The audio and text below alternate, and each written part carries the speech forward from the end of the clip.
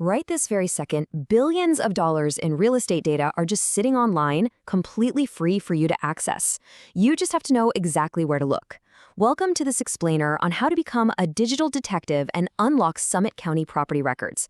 But before you go opening a new tab to start your search, I absolutely have to issue a crucial warning. See, if you just open up your browser and type in Summit County property records, you are unknowingly walking right into a massive multi-jurisdictional trap.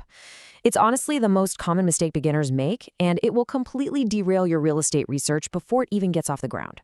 Because, believe it or not, there are actually 3 geographically, demographically, and legally distinct Summit counties in the United States. You've got one in Colorado, one in Ohio, and one in Utah. And here's the real kicker. They each handle their public property records entirely differently, totally based on their own specific state laws. If you get the wrong one, you're pretty much lost. So, to get you on the right track, here is our agenda for today. First, we'll look at the 3 Summit counties. Then, navigating the county portals, mastering your search criteria, interpreting valuations and taxes, overcoming legal and paywall limits, and finally, advanced tools and final tips. All right, let's dive into Section 1, the 3 Summit counties, which is really a tale of 3 jurisdictions. You've got to notice the stark contrast in access models here. Colorado, which boasts a pretty high median home value of around $733,200, actually utilizes a public-private paywall for modern deeds. But on the flip side, Ohio and Utah offer open, tax-funded databases where you get completely free online access. That one fundamental difference dictates your entire research strategy from the get-go. Moving right along to Section 2, navigating the county portals and finding the right database. So where exactly should you be looking? Well, if you're researching in Colorado, you're going to need third-party databases like iCounty or the county's Prism tool. Over in Ohio, you'll want to head straight to the Fiscal Office self-service site or their index book archive viewer. And in Utah, you're going to use Tyler Technologies Eagle Web or Highland OnBase for free guest access. Now for Section 3, mastering your search criteria so you can start optimizing your search. Whether you're a total beginner or a seasoned pro, the rule of thumb is to always start broadly.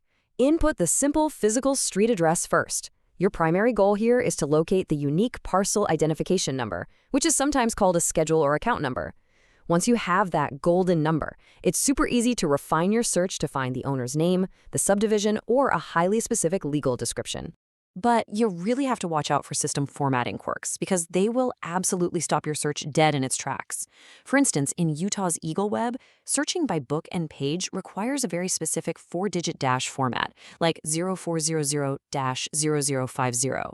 Also, Utah records before 2001 just weren't indexed by parcel numbers, so those searches will totally fail. You have to be ready to adapt to the database's specific history. Let's roll into Section 4, interpreting valuations and taxes, and start decoding the documents. When you finally pull up an assessor's record, you're immediately going to see the market value. But what does that actually mean? It isn't just a random guess. The market value listed on these records is carefully calculated by appraisers who are analyzing the previous year's verified sales. It essentially sets the baseline for what your property taxes will be, which directly impacts your wallet. And this brings us to a really fascinating concept, the certified tax rate. It's a system designed entirely for revenue neutrality. Interestingly, if overall property values in the area skyrocket, the actual tax rate mathematically decreases to maintain consistent revenue for the taxing entity. It's kind of like a self-balancing scale built right into the public finance system. So let's talk about how this money is actually calculated and distributed. Your exact tax bill is calculated using specific formulas. Take Ohio, for example, where the formula multiplies the assessed value by the tax rate and total mill warrants. And what does all that money go? Well, in Utah, 15% of that total revenue goes straight into general and municipal funds. That money directly supports the local schools, libraries, and basic municipal services that the whole community relies on. Which brings us to Section 5, overcoming legal and paywall limits, to help you navigate obstacles and scams. Now, you might think you can just call up the county clerk and ask them to find a deed for you. Well, in Colorado, state law strictly prohibits county recording staff from doing title searches for the public. This legal constraint actively pushes frequent users like real estate professionals toward commercial paywalls and third-party databases if they want unwatermarked official copies of modern deeds. And please beware of scams out there. Predatory companies will routinely send official-looking letters demanding payment for title monitoring services. But as Ohio's fiscal officers strongly warns, never, ever pay a private company for this. Your county likely provides a property record alert system completely for free. Always check your county's free resources first. And finally, Section 6, Advanced Tools and Final Tips, where we'll be mastering the maps.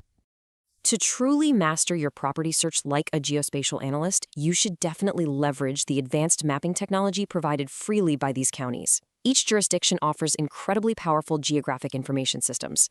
Colorado has the PRISM mapping tool, Ohio uses the GIS viewer, and Utah provides an interactive parcel map. These aren't just flat, boring pictures. They're fully interactive databases, allowing you to visually explore property boundaries, tax districts, and even structural footprints. But when you're using these tools, especially if you need to contact the planning department for unmapped parcels, you need the right administrative data. Unplatted properties usually just need a physical address. But if the property is in a platted subdivision, you absolutely must have the registered subdivision name, the filing number, and the specific lot or block designation ready to go. Preparation is absolutely key here. So now that you've seen how to crack the multi-jurisdictional code of these 3 Summit counties, it leaves us with a pretty provocative question. If this much powerful wealth-building real estate data is sitting online for free, what hidden details are you paying private companies to find in your very own backyard? The resources are out there, you just have to know how to look for them. Please keep in mind, information, links, and fee structures do change over time. Always verify the current laws and fees with your up-to-date local county recorder's office. If you found this explainer helpful, make sure to subscribe for more deep dives into mastering real estate research and public data. Keep exploring.